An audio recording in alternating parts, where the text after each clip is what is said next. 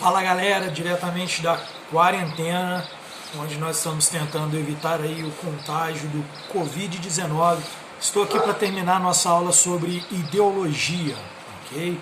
Então é muito importante que vocês tenham em mãos aí o material que foi disponibilizado via sistema aula para que possam então marcar alguma coisa que seja necessária, etc.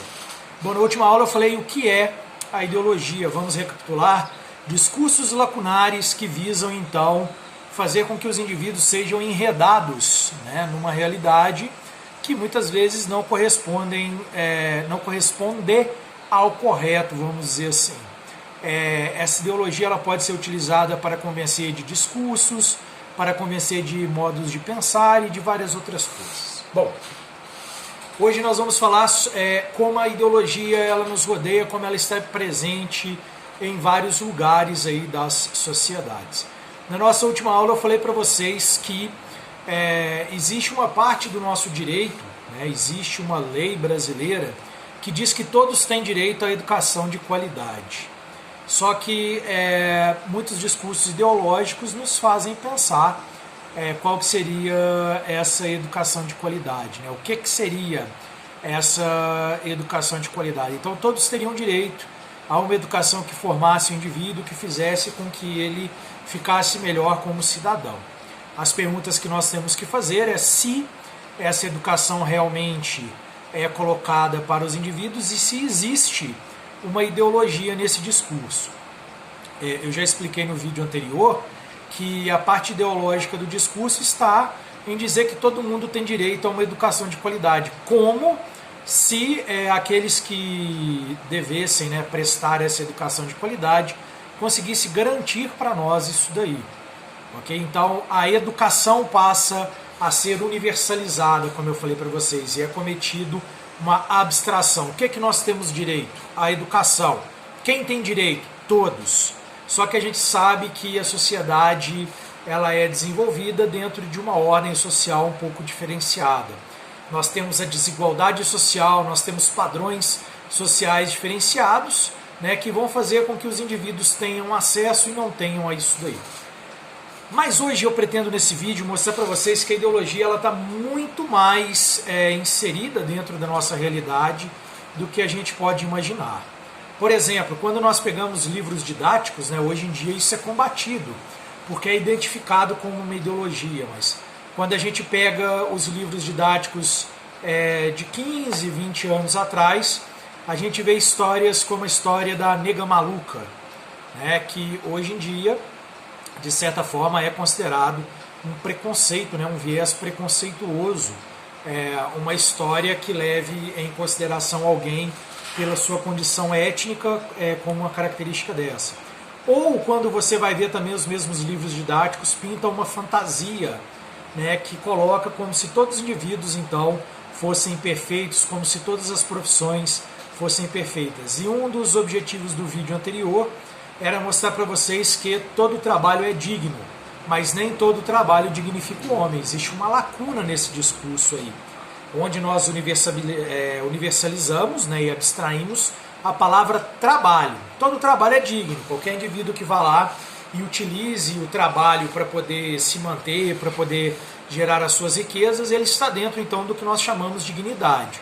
Mas os frutos desse trabalho, o resultado do trabalho que será agregado a ele, nem sempre trará então aí uma satisfação mínima básica. Chamo satisfação mínima básica, vamos entender assim, a educação, a saúde e o lazer que a gente fala, que é um direito de todos. Nem todos terão direito.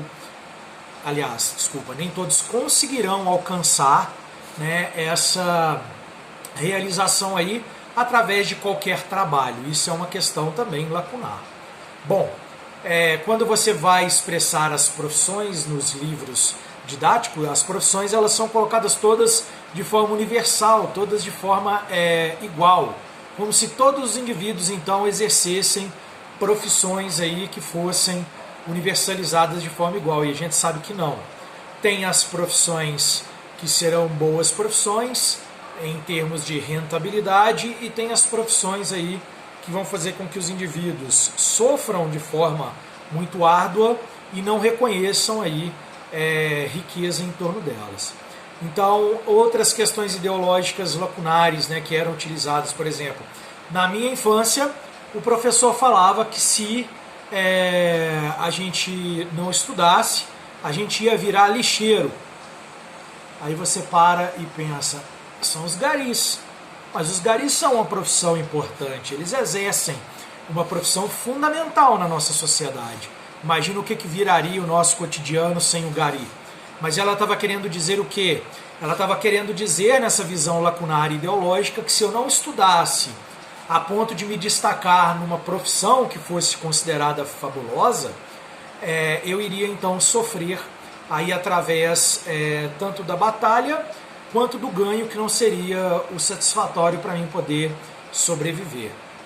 E várias outras coisas que talvez, se você parar para pensar dentro do seu próprio cotidiano, você também terá utilizado aí o preenchimento da lacuna e chegado à verdade quanto a isso. É só você tentar se lembrar aí de exemplos anteriores. Bom, outro momento que a gente vai encontrar a ideologia na nossa apostila, turma, será frente aí à propaganda de consumo, quando os indivíduos eles vão lá então e lançam discursos lacunares, tentando fazer com que os indivíduos consumam um determinado produto ou uma determinada marca. Você vai lá e vê uma calça jeans de uma determinada marca que fala assim, aí a mulherada geralmente cai muito nessas ideologias. Ah, se você utilizar a calça jeans tal, você vai ficar bonitona igual a fulana. Se você utilizar o creme tal, você vai ficar bonita igual a fulana. Tipo a Xuxa, quando usa o creme Monange, que vai mudar a sua pele e daí por diante. O errado não é o indivíduo fazer a propaganda. Isso aí é papel da venda, é o papel do desenvolvimento do consumo, né? O problema é você colocar uma lacuna dessa. Então você vai lá e vê que o produto Monange não vai deixar você envelhecer. Aí você vai preencher a lacuna. Mas como? Né? Por quê?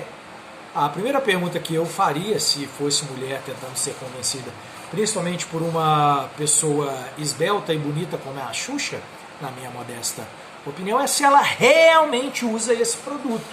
Ou se esse produto está pagando alguém que tem um determinado destaque na sociedade para poder fazer então com que os indivíduos comprem. Aí a mulherada vai lá, coloca aquela calça apertadíssima, justíssima, e fica igual quem? Juliana Paz, Isis Valverde e todas essas gatas aí que povoam o nosso mundo artístico.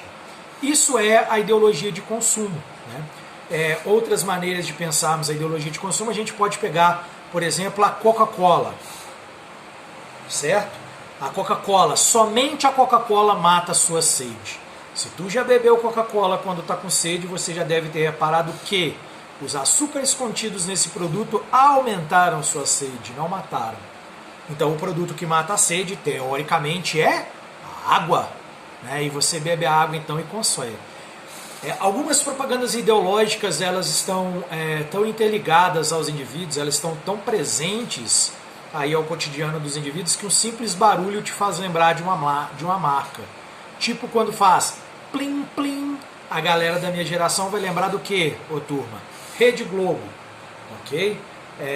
Era uma vinheta, né, que fazia esse barulho plim plim, e a Rede Globo então ela chamava suas propagandas, ela chamava os seus comerciais através desse merchan aí que era, vocês já devem ter imaginado o valor que é colocar uma propaganda aí no horário nobre de uma rede de televisão que domina toda a América Latina.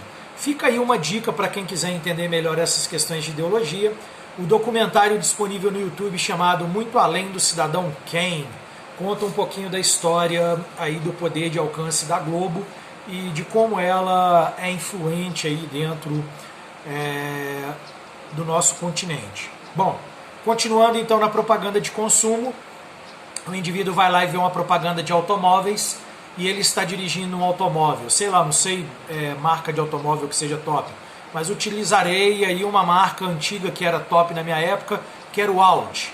Aí o indivíduo vai lá na concessionária, compra um Audi, quando ele entra dentro do carro, ele aparece então de terno e gravata. dirigindo naquela sensação magnata, ele para de frente a um prédio gigantesco. Quando vem, aí vem mais um machismo, né, dos sentidos ideológicos, aí vem aquela secretária loira, toda poderosa, entendeu, para poder atendê-lo. Galera, pelo amor de Deus, né, primeiro tem que ter o trampo, ganhar muito dinheiro, para depois ter o prédio, depois ter o escritório, para depois ter o carro. Mas não, a galera na sua lacuna vai lá e acredita o quê? Para que eu possa ser bem sucedido, olha a abstração surgindo aí, entendeu? Eu tenho que ter um produto daquele, e o camarada vai, move céus e terras para poder comprar um produto daquele ali. Tipo o cara quando tem a extrema necessidade de comprar o seu iPhone e descobre que o iPhone tem milhares de funções que ele jamais utilizará. Mas o que é o importante para ele nessa questão da ideologia? Utilizar a maçãzinha para poder então determinar aí algum status social. Então, pessoal, o discurso ideológico, a propaganda ideológica, eles são sorrateiros por isso, porque as suas lacunas te convencem a fazer alguma determinada coisa, né? A gente vai ver em algumas matérias à frente que às vezes a marca de sabão em pó fala que a tiazinha, quando jogar o sabão em pó na máquina de lavar, vai ser tudo maravilhoso a ponto dela achar que está numa praia, curtindo um dia de tranquilidade e sossego, de meditação dentro aí então dessa expressão, e não é o que vai acontecer. Se você perguntar para mim e falar assim, professor, quem serão as vítimas da ideologia dentro do cotidiano? Todo mundo, até quem conhece a ideologia pode ser vítima dela. A diferença é sabermos o que ela é e como ela atua. Saber que são discursos lacunares que têm a função de estabelecer a justificativa para sociedades divididas em classes. E a partir daí você vai então ver na ideologia dentro das escolas é utilizada a universalização e abstração para convencer os indivíduos que todos são iguais. Na propaganda de consumo faz você ter a necessidade de consumir um produto sem realmente tê-la. E qual que é o mais perigoso desses discursos ideológicos, professor? O mais perigoso de todos os discursos ideológicos vai ser aí o discurso político, né? Esse aí utiliza muita ideologia. Quando o cara fala que vai resolver problemas, quando o cara fala que vai, digamos assim, fazer milagres, basta você fazer as perguntinhas filosóficas. Mas como? Né? De que maneira ele vai conseguir fazer isso se são condições aí que são muito difíceis de ser resolvidas? Bom, pessoal, espero ter contribuído aí mais essa aula, né, que vai chegando ao fim, finalizando esse tema da ideologia. Vou deixar algumas atividades aí para que a gente possa refletir, tanto sobre o vídeo quanto a matéria escrita. Vou pedir a vocês também que deem aí um like no canal e façam a sua inscrição para que os próximos vídeos aí possam ter força e ser bastante visualizados. Fiquem com Deus, fiquem em casa e que o Covid-19 não pegue a gente.